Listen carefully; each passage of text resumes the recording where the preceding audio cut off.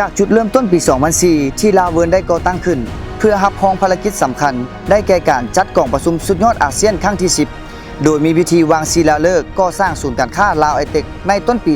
2003 โดยมีพระประธานทองสิงห์ธรรมวงศ์เจ้าของนครหลวงเวียงจันทน์ในขณะนั้นและทานศักดิ์ไสวงศ์มลาสิทธิ์หรือทานปีเตอร์จันทร์ประธานบริษัทลาวเวิร์นนักธุรกิจใหญ่ผู้มีวิสัยทัศน์กว้างไกลให้เกียรติเป็นประธานในพิธี11 เดือนต่อมาในเดือนธันวาคม 2003 การก่อสร้างก็ได้สำเร็จลงและได้มีการเซ็นสัญญาลงทุนก่อสร้างศูนย์การค้าการวางแสดงและกองประชุมลาวสากลระหว่างรัฐบาลแห่งสปป.ลาวกับบริษัทลาวเวิร์นกรุ๊ปในวันที่ 12 ธันวาคม ปี 2003 ได้ใช้ชื่ออย่างเป็นทางการว่าลาวไอเทคนับตั้งแต่วันนั้นเป็นต้นมาในเวลาต่อมาได้รับใช้งานสำคัญระดับนานาชาติได้อย่างสมเกียรติในฐานะประธานอาเซียนครั้งที่ 10ภายหลังจากเสร็จสิ้นการจัดกองประชุมสุดยอดประเทศอาเซียนแล้วลาวเวิร์นจึงได้เดินหน้าพัฒนาธุรกิจในเครืออย่างต่อเนื่องเพื่อรองรับการเติบโตทางเศรษฐกิจและการเข้าสู่ประชาคมเศรษฐกิจอาเซียนจนกระทั่งเมื่อวันที่ 4 พฤษภาคม 2017 บริษัท TK Support ก็ได้เข้าเทคโอเวอร์บริษัทลาวเวิร์นและนับตั้งแต่วันนั้นเป็นต้นมาลาวเวิร์นจึงก้าวเข้าสู่การบริหารโดยคณะบริหารสุดใหม่นำพาธุรกิจที่มีอยู่ในเครือให้เจริญก้าวหน้าและพัฒนาอย่างบ่หยุดยั้งอันได้แก่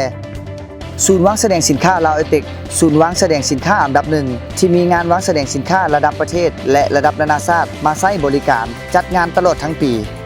ศูนย์งานเลี้ยงงานประชุมไอเทคศูนย์บริการด้านการจัดงานเลี้ยงและงานประชุมที่มีรัฐบาลและเอกชนให้ความไว้วางใจในการจัดงานเลี้ยงงานประชุมและงานสำคัญต่างๆอย่างต่อเนื่องศูนย์การค้าไอเทคมอลมุ่งมั่นพัฒนาศูนย์การค้าให้เป็นหลายกว่าศูนย์การค้าด้วยความร่วมมือจากธุรกิจระดับอินเตอร์หลากหลายแบรนด์พร้อมด้วยศูนย์การศึกษาครบวงจรศูนย์อาหารขนาดใหญ่กว่า40ห้างพร้อมซูเปอร์มาร์เก็ตขนาดใหญ่ที่ทันสมัยสวนน้ำโอเชียนพาร์คสถานที่พักผ่อนหย่อนใจที่ได้รับความนิยมอย่างหลากหลายจากคนทุกเพศทุกวัยด้วยเครื่องเล่นทางน้ำที่ทันสมัยพร้อมอาหารเครื่องดื่มและดนตรีไว้คอยให้บริการศูนย์การค้าสวรรค์ไอเทคศูนย์การค้าครบวงจรกับภารกิจที่มุ่งมั่นพัฒนาศูนย์การค้าเป็นศูนย์กลางทางสังคมและวัฒนธรรมด้วยกิจกรรมที่เข้าถึงกลุ่มลูกค้าทุกระดับรวมทางส่งเสริมและเปิดกว้างทางธุรกิจค้าปลีกให้กับผู้ประกอบการรายใหม่เพื่อเป็นทางเลือกให้กับประชาชนในพื้นที่หลายขึ้นศูนย์การค้าทงหลวงคำมอศูนย์การค้าทำเลทองใจกลางเมืองนครหลวงเวียงจันทน์แหล่งซื้อเครื่องหลากหลายชนิดที่รองรับการเจริญเติบโตของผู้คนในเมืองพร้อมสถานที่เฮ็ดกิจกรรมต่างๆทั้งขนาดน้อยและขนาดใหญ่